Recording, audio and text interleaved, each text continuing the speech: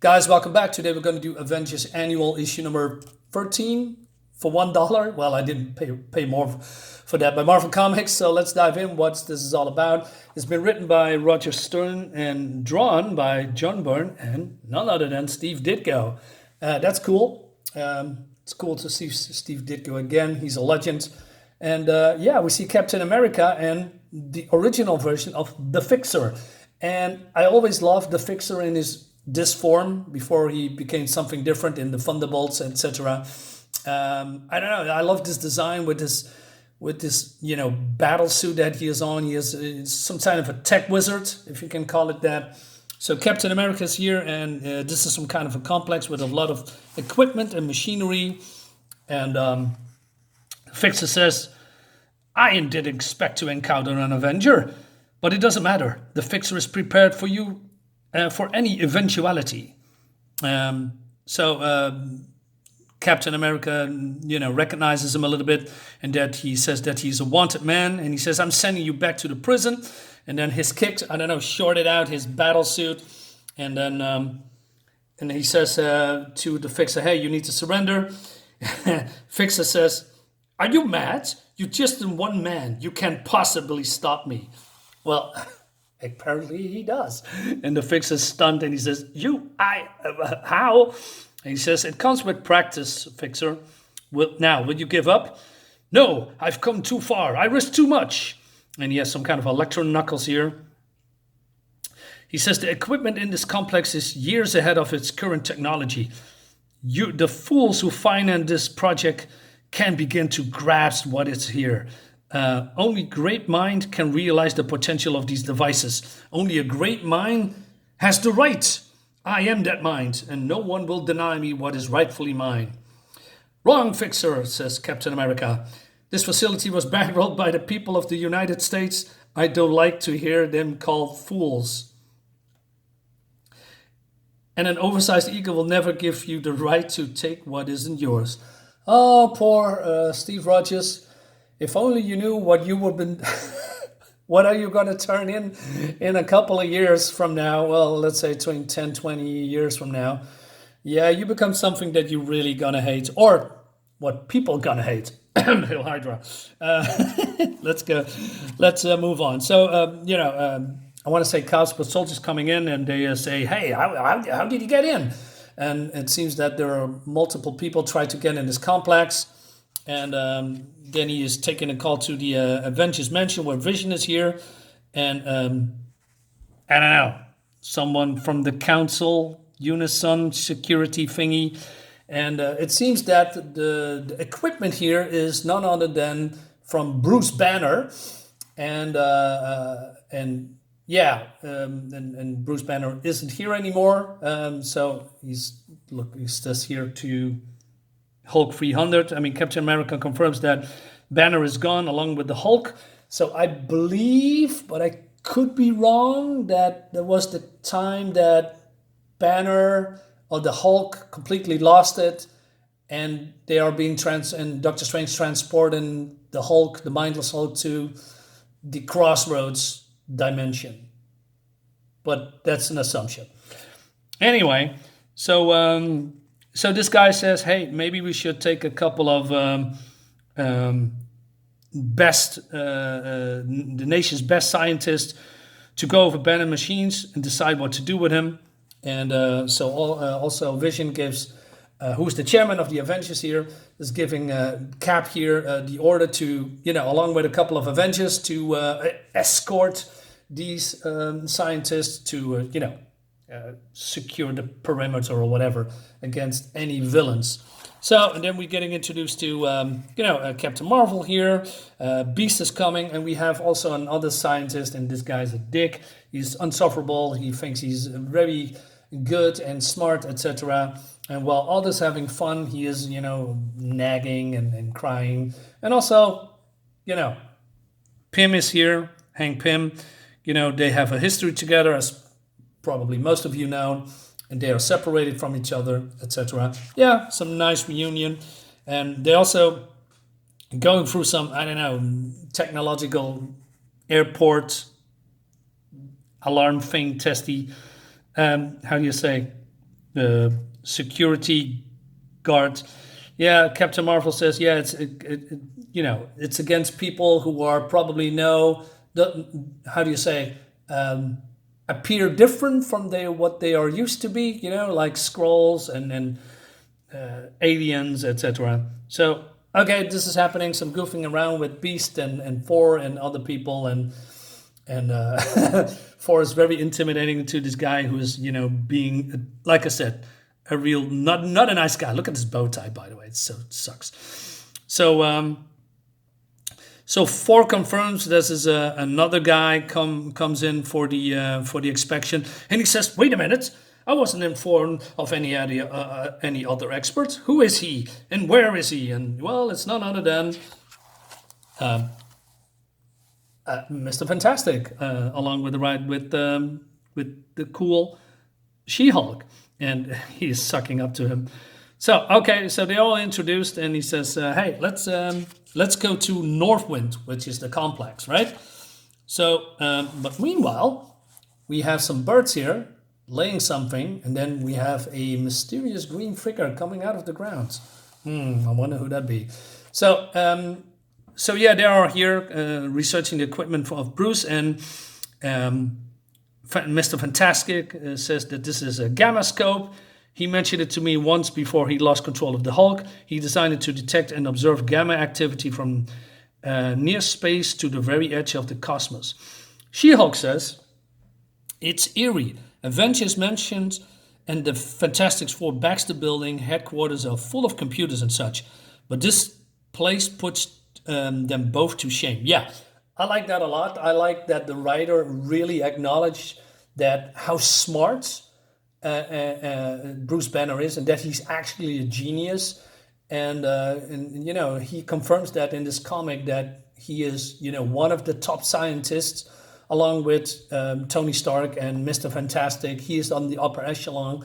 I like the acknowledgement about it. She says, "I knew my cousin was a scientific genius, but I never realized how much he was capable of." So Thor says, "Hey, you were close to him, She-Hulk." So we see then, a little bit of a flashback, how he became the Hulk, how she became the She-Hulk, and that she has fond memories of him and basically missing the man behind the monster, which is really cool. But then this is happening. The Hulk comes in, and she thinks this is Bruce, and they are attacking. Well, the Hulk is attacking the Avengers, and but it seems something is off. So Wasp shoots him with her bio sting, and then this is happening. Some kind of energy surrounding the Hulk, and then he's dead. What's happening? And the Wasp says, "Oh, Jennifer, I'm so sorry." And then we're getting transported to somewhere else. And it's none other than Armin Zola. And he is surprised that Reed Richards and the great Dr. Henry Pym, two of the greatest scientific minds in the world, it would appear that I've begun my operations just in the nick of time. So he's happy that he is, seeing them. So, and then he does this. Out of the ground comes some jar with the pills. He gives them to the birds, and they fly away. And while Mr. Fantastic Beast and Hank Pym here is doing some kind of a research on the Hulk, and they are really surprised how this is happening. It seems that his whole body is burned almost to charcoal.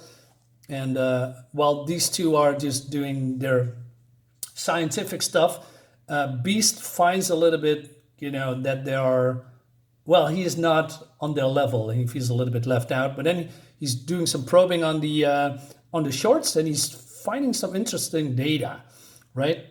And but Jennifer and Wasp is feeling guilty about her killing Bruce, and She-Hulk says that's okay. But then Ford steps in. He says, "Bear no guilt for this deed, Wasp. You no more caused the Hulk's demise than did my hammer blow, if indeed the true Hulk died." So yeah, he confirms the suspicion that it may not really the real Bruce Banner or the Hulk. And that's also been confirmed by Reed Richards here. And he says that is some kind of a pseudo life form, similar to a clone. And then the Beast comes in and he says, "They're alive." And then we switch to this Codland guy. That's his name. And he's, looking at all this equipment, and he's very excited. And Captain America says, "Hey, what are you doing here?" And he says, he's stuttering. I couldn't have been of any assistance on what you are doing. I thought I might as well inspect some of Banner's other devices. And what I found is remarkable. I could have deduced the principles behind this one's device. I could what does it say? Revolutionize the modern technology. Sorry, my English is not that good. Anyway, so Captain America is not amused, and he says, "Hey, you should be here, and I don't appreciate you feathering your own nest. So I suggest you get out of here." And he says, "Are you insinuating that I might acting at all improperly? I'm saying that Banner's discovery shouldn't be used to further another man's careers. How dare you?" So he's being, offended. But then the alarm goes off, and then the Avengers is fighting some kind of a purple stuff. And yeah, that purple stuff is none other than the cloth of Banner's trousers. And then Armin Zola's, teleports in. Well, it's more like an image. And he says, he's bragging about him being the foremost genetic engineer, and basically he's praising himself a lot. And he says, "Hey, what are you going to do here?" So he plucks in his cave, where he is now, or here in his projection, some kind of a clamps to his face, and then he projects his will or his image into this protoplasm blob thingy made from the cloth of the Hulk's pants. And so he reveals that it's all been, deliberate, because he also wants the technology of Bruce Banner that can further his engineering knowledge, etc.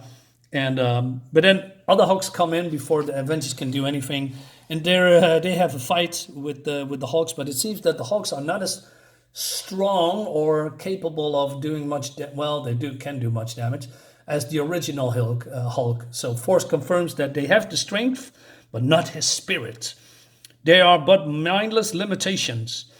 And Arnim Zola is, getting out of here to somewhere else. Well, the rest of the Avengers here are, battling these proto-Hulks.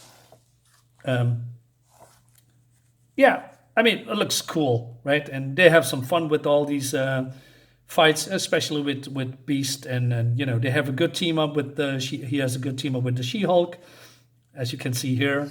Yeah, great stuff. I like that.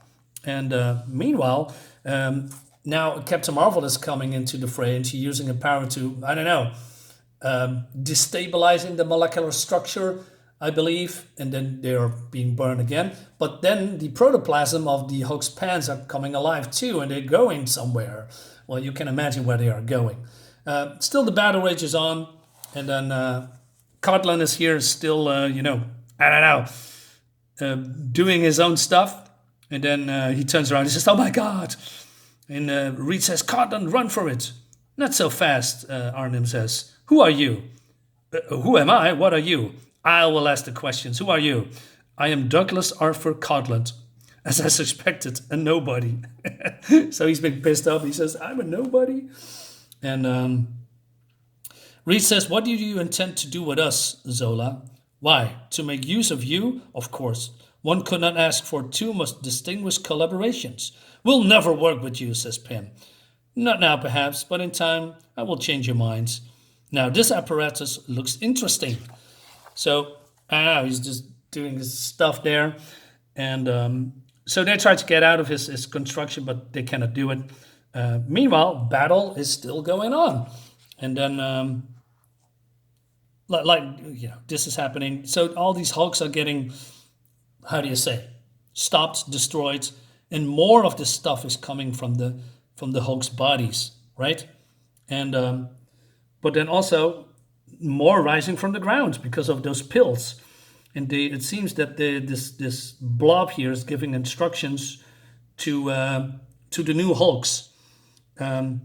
Captain America says, "The only way we're going to put an end to this is by taking the battle to Zola himself." Captain Marvel, "We need Pym and Richards. See if you can get them free." So she's become invisible and talked to Henry and Reed about what she needs to do. And then, so Pym says, we need to make sure that a major system shock would, get them loose. So, and that's exactly what she's doing. She's floating above him, and then he zaps his body, and it's, as you can see, it's just like silly putty or chewing gum. And our heroes are free. And Armin's tried to stop them, but he's failing for now. And then Reed and Pym imprisons him in this, bunker-like structure, in this chamber, or the master control chamber, while Armin tried to get out. And then, but they realized that Armin Zola's conscious is somewhere else. So Captain America says, Armin Zola's creations are controlled via some kind of a broadcast thought waves. So Henry Pym says, I suspected as much. If we can detect those thought waves, we stand a good chance of tracing them to the source. This device is similar to the cybernetic gear I used. Yeah, because he was Ant-Man, right? So he has a lot of knowledge about cybernetic systems and helmets. So, and we see then Zola try to get out, and he's almost out.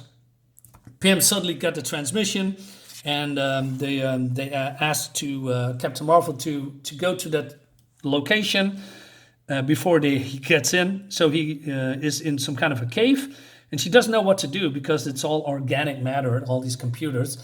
And then she realizes, well, organic or not, the transmission equipment must use electricity, which means I should be able to give it a nasty case of overload. And that's exactly what's going to happen. So this whole bodies of the Hulks and these blobs are short-circuiting, and Armin Zola is losing his corporal form, if that's how you say it. And he says, what's happening? And he's going away. But then he's being transported, his conscious, back to his original body. And he says, Captain Marvel, again she has interfered with my plans. It shall be the final time.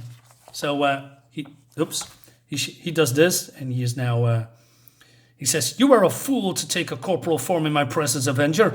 It has proven to be your downfall. But then somebody is, hammering on the side of this cave, and it's none other than Thor, because he's found in him too, because of the, the signal. And Arnim knows that he has been outclassed, and he has tried to escape through some kind of a, UFO, I guess. The part of the mountaintops comes off, and he throws Captain Marvel outside. But then this is happening. It seems that these capsules are just breaking because of the shock, and out of these capsules comes new Hulks, and they are, are now uncontrollable, and they are attacking their master, which is cool. So it seems that Arnim Zola now lost control of this flying UFO too, and he is falling into some kind of a pond, I guess. And then everything exploding. Captain Marvel dives in. He says, nothing. Not a blessed thing. Left but bits of tattered biomatter.